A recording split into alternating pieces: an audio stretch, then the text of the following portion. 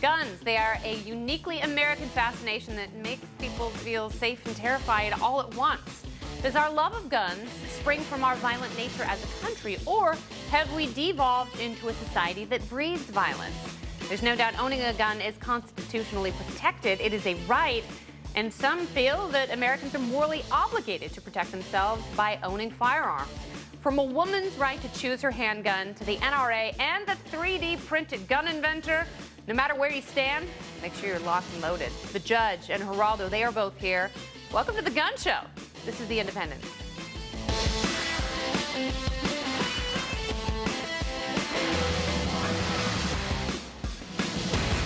Hey there, and welcome to The Independent. I am Kennedy with Reason Magazine Editor-in-Chief Matt Welch and Camille Foster from Freethink Media.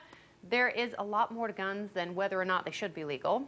And the three of us will push, pull, and ponder to find the sweet spot of what's right and true. We are The Independents. And let's get going with the discussion. Joining us on our panel tonight, it's Colin Goddard. He's a senior policy advocate for Mayors Against Illegal Guns. And does he have a story to tell? Also, Damon, author of a forthcoming book on libertarian legal history. He's a senior editor at Reason Magazine, and Matt will fire him if he does a bad job tonight. That's actually only half false. All right, well, Colin, let's start with you. First of all, tell me your story. I mean, you're not just a gun control advocate. You were in a situation that is most people's worst nightmare. What happened?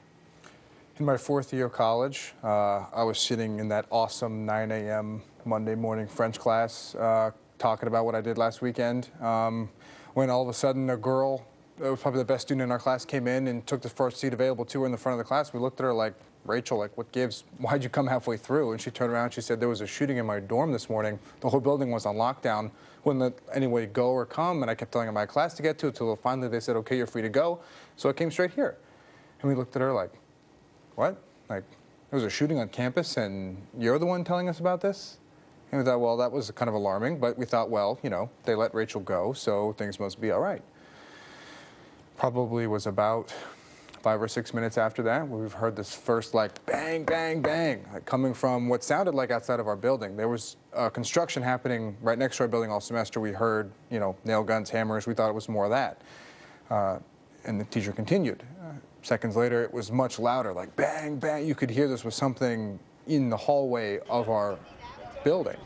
And at that point, the teacher's expression dropped. She looked very concerned. She immediately went to the door to look what was happening in the hallway. And as soon as she saw, she slammed the door shut and she said, everybody underneath your desk, somebody call 911. And we looked at her in like total disbelief, like, what? That Monday morning haze. You still got the weekend fresh on you. It's totally unreal. Totally unreal. Total disbelief. And she said, call 911. And so, first time in my life, I dialed 911, said, look, I think someone is shooting a gun in Norris Hall. It basically got the basic information out. And that's when bullets started coming through our door, the one door to our classroom, and then everyone hit the floor. Were you shot?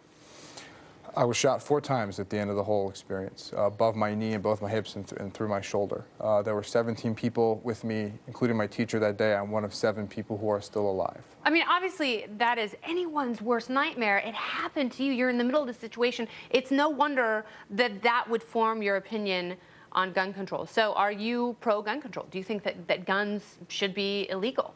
Well, it actually wasn't that situation that caused my opinion to form. It was what I learned after the fact. You know, I assumed, like most Americans, that we did everything we could to keep dangerous people from easily obtaining a firearm. And I was shocked to learn that we don't even do background checks on all gun sales in this country. That was something I thought we had taken care of. So when I learned that, and then I kept seeing shootings happen, not just the mass shootings that we all talk about, but just like the 33 people who are killed every single day in this country. That's the Virginia Tech that happens every single day that goes unnoticed.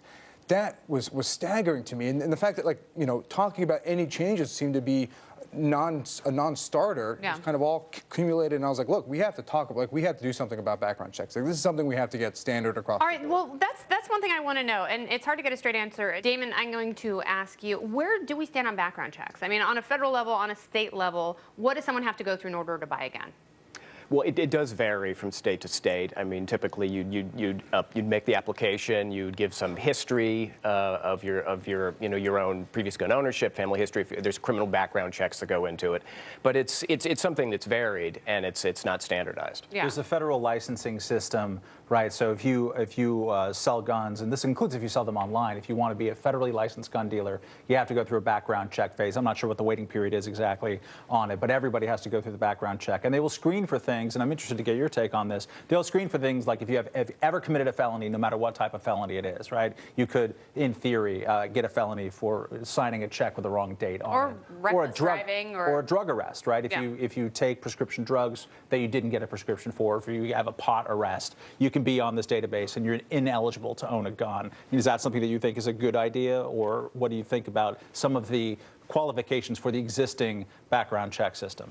I mean, I've heard the argument made, nonviolent felons is, not being an issue with gun ownership, but, violent misdemeanors are actually statistically much more likely to commit violence again in the future. So having a trade-off of nonviolent felons for more violent misdemeanors added to that prohibited list is something, I think it's a compelling argument, but, that's not what we're talking about. We're talking about just making sure that background check is standard so we can catch people who have these records in the first this place. argument, I mean, we have background checks, but bad people and crazy people are going to find their way to guns and other devices that will do great harm if that's what they intend. But I don't just accept that as something that's just going to happen. We're letting it happen now. We're not actually trying to make sure that this is a standard background check across the board. Since we only started doing background checks in this country, it was in 1993 with the passage of the Brady Bill, this system has stopped 2 million transactions from happening where a gun would have fallen into the hands of a dangerous person. 2 million. But we don't know. Huge. We don't know that It's there was a huge. dangerous person. We know that that person was disqualified. Probably, I would guess, actually, the majority of them weren't dangerous because they're actually trying to get a gun through the legal processes. That's the catch-22 here, is that we don't know, the people who are trying to get guns illicitly or for illicit aims, they're probably not going to behave all nice and legally, right? So they're going to be the ones who are trying to evade the Circumvent the system in order to Make it hard for them. And I know, I mean, I want to pay you a little bit of credit here. Obviously, we're having a conversation. Certainly, you had something very tragic happen to you, but you have, of course, advanced the conversation to the point where we're talking about the 33 odd people who are killed every single day as a result of handgun-related gun crime. All the time we have conversations about assault weapons, et cetera, et cetera. But would background checks actually do a great deal to mitigate against the happening and occurrences of crime in inner cities? I don't know that that's the case. I suspect a lot of those handguns are obtained illegally. They are not registered any place, and background checks actually don't fix that problem. Are we making a big deal out of something that's actually going to address the fundamental problem of gun violence in this country? I think it does. People often ask me, what does background checks have to do with, the guy selling guns out of the trunk in my neighborhood? Well, I have to ask them, well, where did he get those guns from? The guns are not there's no illegal gun manufacturing plant somewhere in this country, right? Every illegal gun began its life as a legal gun. And through a variety of reasons, theft, loss, and unchecked gun sales, legal guns become illegal guns. If we standardize a background check, make it much more difficult for someone who's illegally owning, who would illegally own a gun to acquire one, that dries up the market. That dries up the source of guns that end up in that guy's trunk. So it's not there's no one thing that's going to stop it all. There's no one thing that's going to address the inner city violence But to this it mass doesn't shootings. address the violence. I mean, that's the problem. It's the propensity toward violence. It's, whatever the disposition is toward mental illness. And, having more gun laws doesn't curtail those things. It's like this form of prophylactic prohibition that unfortunately just doesn't work. And if someone wants to hurt somebody else, they're going to find a way to do it. Well, I'm not saying that I mean, let's take mass shootings. Mass shootings feel like they've gone up. People say that gun violence has gone up, but if you look at this chart of mass shootings, there's no correlation to really anything. I mean, there's no one marker that dictates when and why they go up. And look at that. I mean, they go up and down, and we've been in a period of steady decline, but there's so much coverage of it. And there's so much coverage of, background checks and certain aspects of gun control, but they don't get to the problem. Well, I mean, I don't think background checks is even considered gun control. We don't background check the gun, we background check the person who's buying it. Background checks is people control. I look at background checks as a responsible thing to do. I think responsible gun ownership is the solution to a lot of these problems. Yeah. A lot of these school shootings, for example, are guns that are easily accessed at home, guns that aren't locked up at home. That's responsible gun ownership. And it also comes with, locking up at home, not pointing it at people, muzzle awareness, things that we spoke about, but also when you go to sell it, to make sure the person who can own it can legally do so. Yeah. And that's how we do that with a background check. Well, Colin, thank you for telling your story, because it's crazy and it's tragic, and it gives everyone a moment to pause and think about, why do these things happen? And, what can we do to prevent it in the future? And I know there are no easy answers, but I really appreciate that you've taken the time to consider these. Well, thanks for having me. All right, very good. Coming up, author Emily Miller had to jump through hoops to get her handgun. We'll talk with her a little bit later. And I went to the desert and shot me one of them 3D printed guns. Those little plastic bastards are scary. See you. Your life, you like it well, but surely your time will come, as in heaven as in...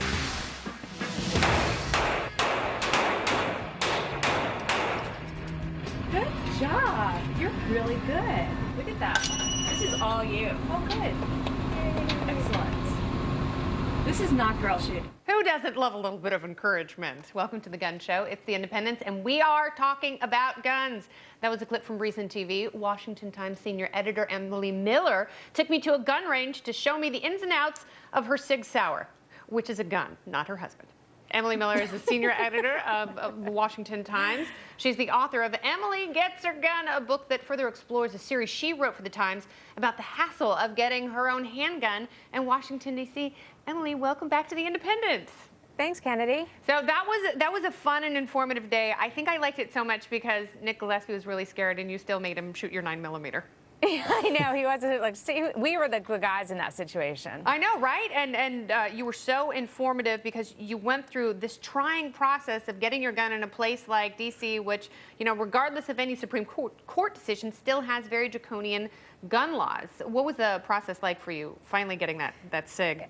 Yeah, well, D.C. has the strictest gun laws in the country, and they established them all after the Heller decision in 2008, which said the 30-year gun ban was illegal. So they basically make it impossible for people to get guns legally. And so it took me 4 months to get a gun, just register a gun to have in my home, and it cost $435 in fees to go through the 17 steps they established. So the city council, after my series, passed a couple laws to make it slightly easier, but it's still 11 steps to getting a gun in D.C. And I'm pointing out, just across the bridge in Virginia, you just walk into a gun store, you do the federal background check to make sure you're law-abiding, you do a state background check, and you walk out the gun 10 minutes later, and they have much, much lower crime in Virginia than they do in D.C. And that's an interesting fact. Another interesting thing that you bring up in your book is there's so many misconceptions about guns. And, you bring to light a lot of the terms that are misused by politicians, by people in the media, things like the term assault weapons. I mean, what are assault weapons? What does this mean, and why do people want to ban them? Well, originally, the anti-gun groups decided, and this is a memo, and I have it in my books, people can read it, it's on the web. They said that, they wrote that, we'll use the term assault weapon because it'll deliberately confuse people into thinking that those guns are fully automatic and that they're the guns of war. Now, fully automatic guns are used in war. They're not domestic. Since 1986, they've been banned for import or manufactured for civilians. But if you have a big black rifle, people get confused. Now, just to be clear, out of the 9,000 homicides by gun every year in America, about 300 are by rifle of any kind. So even if they're black or whatever color they are, whatever features they have, it's a tiny, tiny, tiny percentage. But it's a way to chip away at gun rights because the average person hears it's an assault weapon, but really it's just a rifle that has certain ergonomic features, whether it's a collapsing stock or a pistol grip to hold the gun up. It actually has a lower caliber than most hunting rifles. I mean, you wouldn't bring down a deer with sort of an AR-15 style rifle, but the average person who isn't familiar with firearms would find them to look scary and then get on board in banning them, just purely based on their looks. Emily, can you talk a little bit about what motivated you to get a gun in the first place, and if you've met some other people who had similar motivations and similar experiences trying to go through all that bureaucracy? Yeah, I think my story parallels a trend we're seeing in America. What happened to me about 2 years ago, I decided to get this gun, and as Kennedy knows, I never shot a gun before 2 years ago. So it wasn't like I've been a gun person all along. And what happened was I was a victim of a home invasion. I walked into a house with a guy robbing it, and he had a bunch of buddies at the end of the driveway. And it scared the daylights out of me. I wasn't physically harmed, thank God, but I thought, if this ever happens and I'm in bed, or how will I defend myself when I'm going to get a gun? And then I went through this process in D.C. and realized how hard it is. And at the same time, President Obama and Mike Bloomberg and all these anti-gun people are pushing these laws that are passed in 8 states last year that make it more difficult for law-abiding people like me to have a gun to defend myself. And what we're seeing, though, is a huge, huge increase in the number of gun owners in America. And it's not just these people who are doing it for political reasons against Obama, but we're seeing that 1/4 of all gun buyers now, this is according to the manufacturers and the retailers, 1/4 of all gun buyers are first-time buyers, so people like me, and half of them are women. So we've seen an increase in women gun owners as opposed to just using their husbands or their boyfriends or their father's gun. They're buying their own guns for self-defense, and also younger and more urban, purely because our cities are dangerous. All right, Emily Miller, thank you so much. Thanks for coming back. Thanks for having me. All right, very thank good. you. It's a good book. It's a good read. She's a great writer, and you should read all about it. How far does your right to bear arms really extend, and should every American have a nuclear warhead? Judge Napolitano will help us with some big questions on even bigger weapons. That's coming up in a little while. Your NRA questions answered next. In this business of rap. Go ahead. Fresh out the gate again, time to raise the stakes again. Hold you in my arms, and I feel my finger on your trigger. Oh, this is the Independence. We're packing a lot of questions, and we demand answers. Many Americans believe it is our right to own guns, and the government has been smacked down when they try to stand in the way of that basic constitutional guarantee. But should everyone be armed? That's a different question. What about teachers and crazies and felons? David Keene is here. He's the former president of the NRA. David, welcome to the Independence. It's a pleasure to be with you. Sweet. How far would you go to ensure that every American has the right to bear arms? Well, I agree with the Detroit police chief who said that in order to maintain a civil society, we need more responsible people with concealed carry permits who are, in fact, armed to help protect themselves and their families and their communities. That doesn't mean everybody should have a gun. Under current law, quite properly, convicted felons are banned from owning firearms, as are those who've been adjudicated to be potentially violently mentally ill. And children are not allowed to go out on their own and buy guns. Should they be able to? I mean, do you think kids should be able to go buy guns? I don't think they should be able to go out on their own and buy firearms. I do think that experience tells us that if you want to get your kids into the shooting sports, you take them hunting, you take them out into the field, you take them to the range when they're young. Because otherwise they're going to be trapped by video games and television, and they're not going to get outside. So I think it's important that supervised shooting be available to young people, because that's how you get into the shooting sports, that's how you get to enjoy the outdoors, and that's how you become proficient with and understand how to safely handle firearms. And those biathlon medals aren't going to reward themselves. David, you mentioned video games and movies. There's been occasions in the past, after usually mass shooting events, where officials from the NRA have kind of thrown video games and natural-born killers and other ancient movies under the bus as being a likely cause. Do you share that analysis that it's our violent culture, not our products of culture, not our inherent violence, not guns, that are causing violence? Well, a lot of it is the culture. That doesn't mean we need to be banning movies or video games or the like. Most people aren't affected by these things. But the fact is, when we're talking about not crime, not gun crime, but when we're talking about the kinds of mass shootings that took place in Sandy Hook, we're talking about people who are severely mentally ill, whether they've been diagnosed as such before the incident or afterwards. These are not traditional criminals. These are people who in their lives have been pushed over the edge for one reason or another. Can they be affected by an obsession with a violent video game? Sure they can. Does that mean we should ban video games for all Americans? No. Should they own a firearm? No, they shouldn't. But does that mean we should ban firearms for people who are not potentially violently mentally ill? No, it doesn't. What about the drug war more broadly? I mean, do you think that it's part and parcel of the NRA's responsibility to perhaps attack what may, in fact, be a bad policy that's, in fact, driving some of this gun violence? Good question. Well, we can't rebuild the healthcare system, the mental health care system. We can't deal with the drug problem. That's really the job of law enforcement and the legislature. What we can do is deal with the question of firearms. We teach safety, and we defend the rights of legitimate, honest American citizens to own and keep firearms. All right, David, thank you very much. My pleasure. Coming up next, I go to the desert and go face to face with the guy who made a 3D printed gun and try to shoot the fruit of his loins. Sounds much worse than I'd originally intended. A little later, Geraldo lets me twirl his mustache. Where does he stand on guns? We'll find out. I'm afraid of the world. I'm afraid I can't help it. I'm afraid I can't.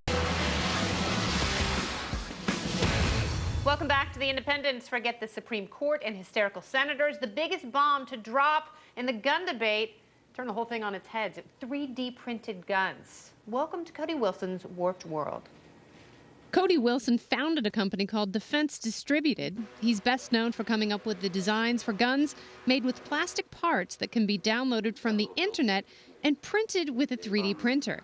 He made the idea of a 3D printed gun a reality by working day and night in his tiny workshop in Texas. I went to meet Cody and try out some of these guns. I also wanted to know what would motivate someone to show people how to create firearms free from any government oversight or regulation. I shot a gun with 3D parts. This is a way of communicating that something else is on the horizon enabled by these digital technologies. Distributed, decentralized, and I think ultimately kind of ennobling and empowering of the individual. This magazine is cheap to make, anyone can make it, and we've put hundreds of thousands into the internet, which will always be there. This is now with us forever. In 2013, Cody published the blueprint for the first fully 3D printable handgun. He called it the Liberator. The plans were downloaded 100,000 times in 2 days. The State Department eventually ordered Cody to take the plans down. I tried to fire the Liberator several times. 3, 2, 1. But it didn't work. Later, we tried shooting an AR-15 semi-automatic rifle with some 3D printed parts. That one sure as hell worked. This is significant because many politicians want to ban what they call high-capacity magazines.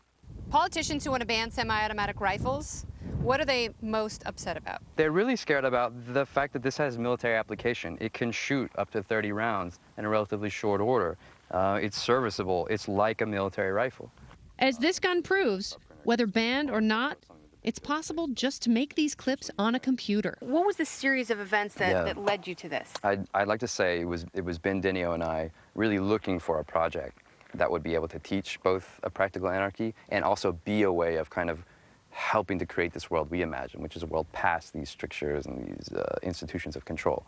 The guns seemed to be like the most potent, symbolic device possible, and we also knew or thought that we could make it happen. It's scary to think that there would be guys masquerading as a little cross team, putting these things together in the bathroom of a 757. I just think it's so unrealistic in the actual underworld. I mean, there's so much access to so many better guns. The media has seized upon the fact that, well, it's undetectable by metal detector. Yeah. Well, this is no longer even the security standard in the great police state that is the United States.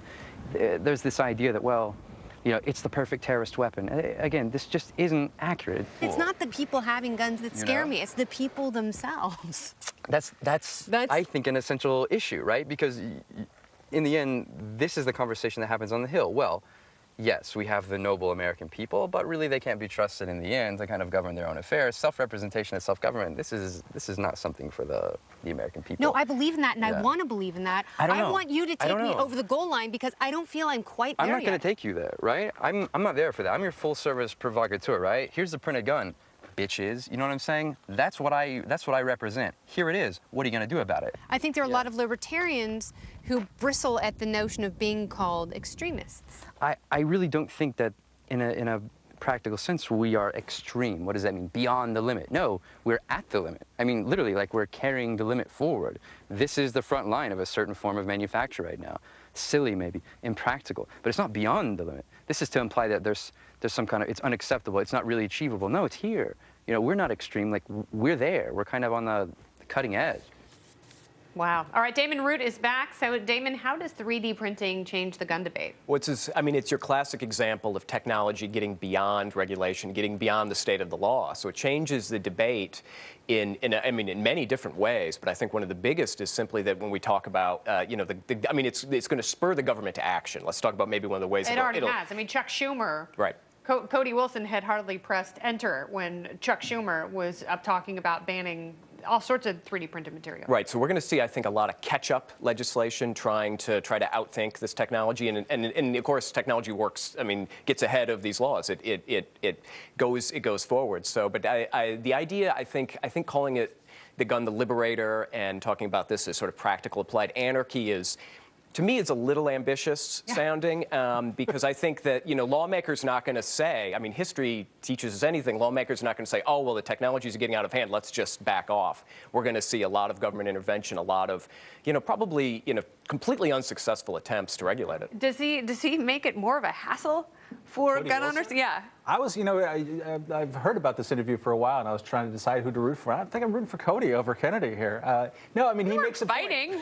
He makes a point of that it's all about provocation. He's trying to make people think about these issues and to create a problem that you have to deal with and wrestle with in your own heart, which is an interesting it's a classic provocation, like imagining that everybody out there has these things that are outside the entire system. It's a great anarchic stunt. I think that there will be an obvious backlash, and he had to shut his whatever these technology things are within a week of it going up. But once it was out there, that we can't retrieve it, and it mirrors a whole lot of other things that happen outside the gun debate, where people like Bitcoin and other things, where people are creating their own realities, and the government really is kind of powerless to deal with it, and will always be playing this game of catch-up. But the risk is not so much for gun owners in this particular case. It is the 3D printing technology that is potentially at jeopardy, because that's what the legislators are going to go after. And 3D printers do whatever they can to distance themselves from these questions, from this debate, which makes it all the more interesting. Yeah, There's and no easy answer. And they're going to have a difficult time dealing with regulations themselves, but it's going to be hard for government to catch up to them. All right, very good.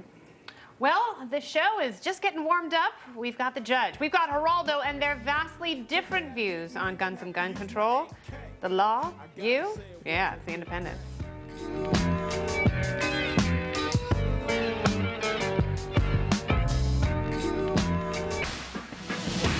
Should guns be illegal?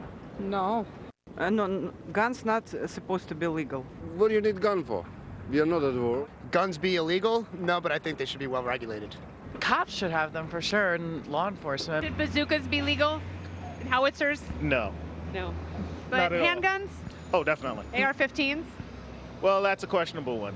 Guns do more good than bad, and they keep bad guys away and keep good people safe. You know, you could use a knife. It doesn't have to be a gun.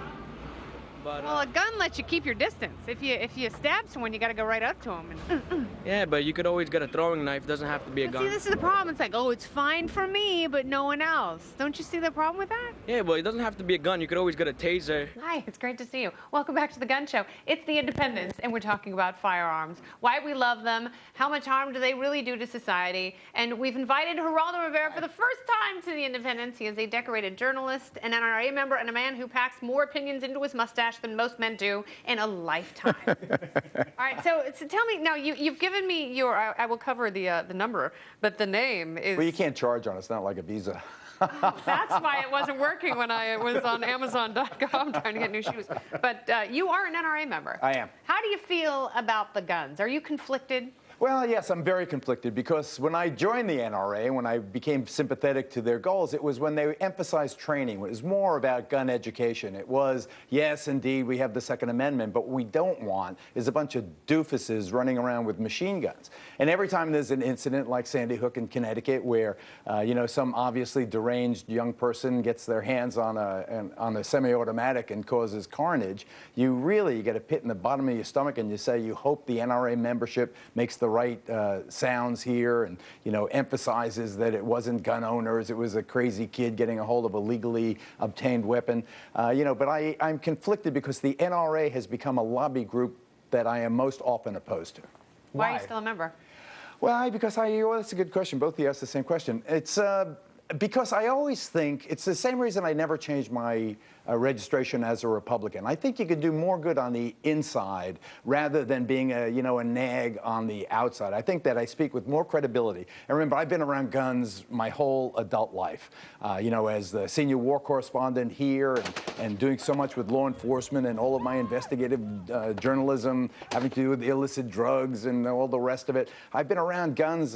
Guns themselves are, they don't do any harm. Guns are perfect, beautiful machines, and in the right hands, they can be a force for good. But they can also, if you're sloppy with your gun around the house, the kid can get killed, or the 4-year-old can kill the 6-year-old. You could say the same thing about a bucket or a hunting knife or a kitchen knife. And you actually can. And statistically, a lot more people die with hammers and clubs and knives than they do with guns. That doesn't mean that all gun usage is good. I mean, it can be horrible. And I agree. I'm not arguing against gun ownership in sensible hands. I as said so many times, interviewing violent felons, for instance. Yeah, but Sandy Hook was a turning point for a lot of people. I understand that, but the semi-automatic thing, most guns are semi-automatic. You know that. You're a gun guy. You know that a Glock 9mm pistol is semi-automatic just the same way an AR-15 is. So are we going to talk mechanics and physics here? Are we going to talk about whether or not gun ownership should be people actually talk We have about 300 million guns. Well, what sort of regulation are you in favor of? Well, I think that, for example, I'll give you an example. If I have an order of protection against me because I've been beating up my wife, I mean, I should not be able to maintain my privilege under the Second Amendment to keep a loaded firearm. I mean, it's just a no-brainer. If a person is on the no-fly list, for example, why in the world would you want that person to continue gun ownership? Well, what if someone's accidentally on the no-fly list? Well, I've been on the no-fly list, and you work those things out. Here's my point. I was saying that I've done dozens and dozens of in-prison interviews with violent felons. The violent felons tell me they're much more likely to hit a house that is unoccupied for fear that the gun owner will be like my house, armed and dangerous. So I believe that guns do deter crimes. What I do not believe, and I think that all you have are ideological findings, either Mother Jones is saying guns don't deter crimes, or John Lott at the University of Chicago is saying guns do deter crimes. What I say is, I don't know about outside, but I know in homes, guns do deter invasions when there are people in the house, and that's why most burglars go into houses that are empty for fear of getting shot and killed. So I think that guns are good in that context. But I don't particularly feel comfortable. There's a lot of schmucky people in the world. I mean, let's just face it. You walk the streets, a lot of nice people, a lot of not so nice people, a lot of schmucky people, a lot of cool people. But some schmucky people, like the guy in the movie theater, he was a schmucky person in Florida. He went to a gun-free zone. But also, He found the theater that was a gun-free zone. He knew that people wouldn't be able to defend themselves. And he shot a guy for popcorn. I mean, it's preposterous. Do you feel confident in our current anti-schmucky filtering software that we're using on databases? I do not feel comfortable. I do not What needs to change? I would like the NRA to require of membership, for example, you've got to have 3 weeks of intense training, and you've got to check off this and check off this. And just like when you're an older person and you drive in a car, you have to be retested every so often. I would like to see a higher standard. I would like it. We have 300 million guns. We have 330 million people in this country. I would like to see gun ownership to be a bit more exclusive and key to training. Just like the NRA used to be, key to training. I'd like to see Cub Scouts and Boy Scouts, for instance, and this may alarm a lot of people, I'd like to see them have firearms training so they're comfortable. With and gay they know scout leaders. That would be awesome. Right. That would be my ideal world. I'm not even lying. That's okay, exactly right. And you know what I would like? I would like to see you come back here and talk to us more about Anytime you invite me, Kenny. You're awesome, Geraldo. Thank you. Really appreciate it. Very good. The judge pushes the limits of gun ownership. He and Geraldo differ on this. What does the Constitution really protect? And can you own a nuclear sub? Next. Gun nobody down, but she cried again as he rolled away. These are your rights. Guns, guns, guns. What does the Constitution really say? Well, let us welcome our constitutional expert, the man who extends his saber of liberty to protect us all. It's Judge Andrew Napolitano. How did you know I had a saber of liberty? Don't answer. It's one of the best rumors going around about you on Twitter.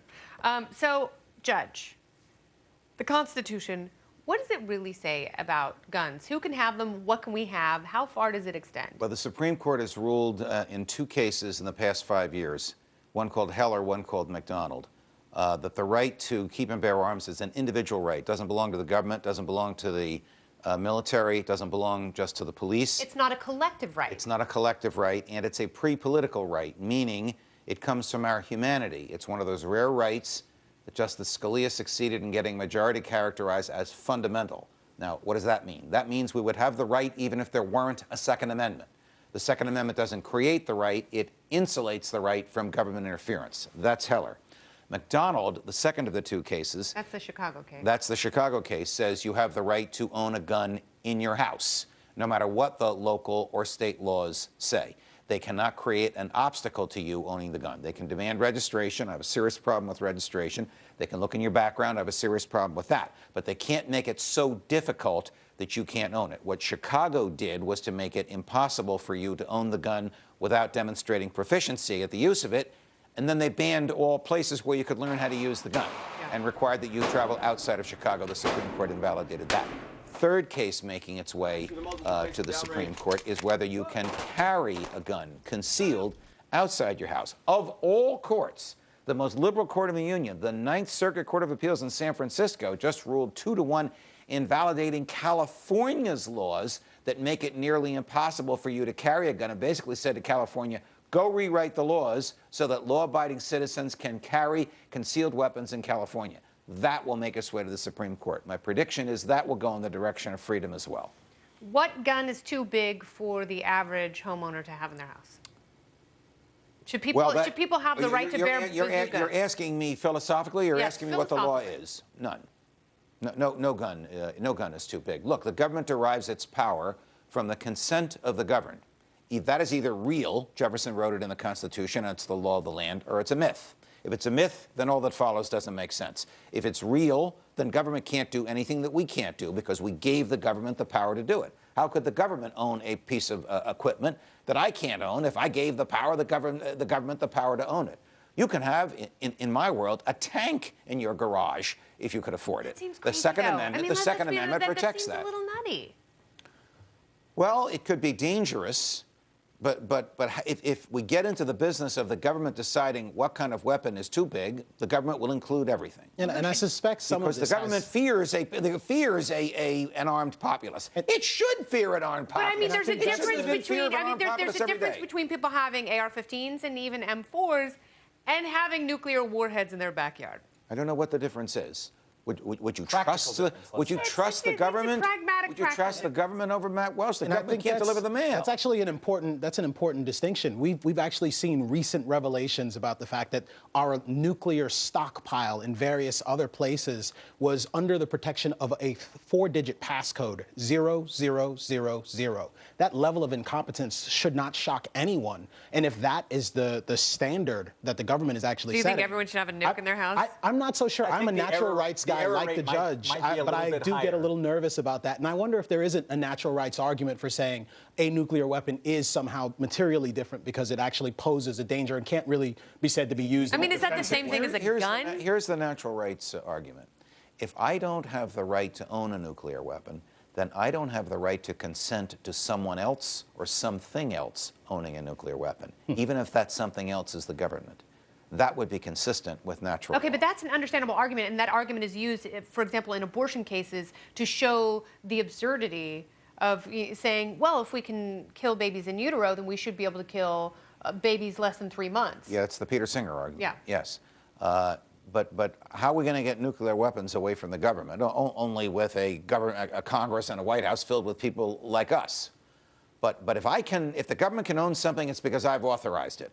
And if I can't own something, then the government can't own it. That's the natural law argument. Would we be in a happier world with nobody having nuclear weapons? Of course. But nuclear weapons are the natural progression of intellectual development.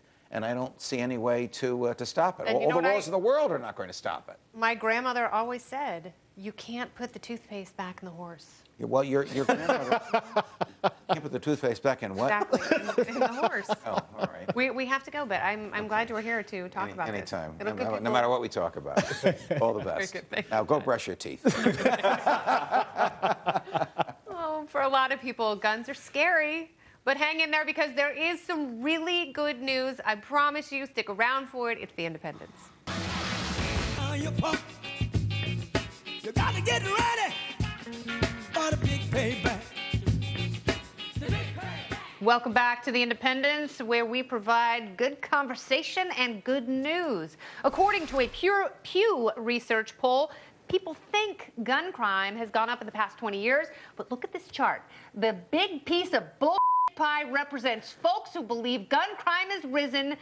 Now look at this chart. Here's the reality. This one shows the decline in gun-related homicides from 1990 to 2010, moving in the right direction, to be sure. This is really, really good news. But what explains the disconnect and the positive reality? Why do people think it's gotten so bad when actually it's gotten much, much better? I think it's because most of the time that we talk about crime in a media context in this country is no longer in the daily newspaper, because we no longer read the daily newspaper. And if we did read the daily newspaper, they don't write about local crime, except for the New York Post. God bless it. So we just see these gigantic mass shooting events and we freak out about them and have crazy gun politics for about 2 or 3 weeks. Nothing happens, and then we go on with the rest of our lives until the next mass shooting event happens. Gives the impression that these things are happening more frequently when they're not. That it's an epidemic. That it's an epidemic, which it is not, and it's a bad use of the English language. And it also gives the impression that crime is going up, which it decidedly is not on every single level.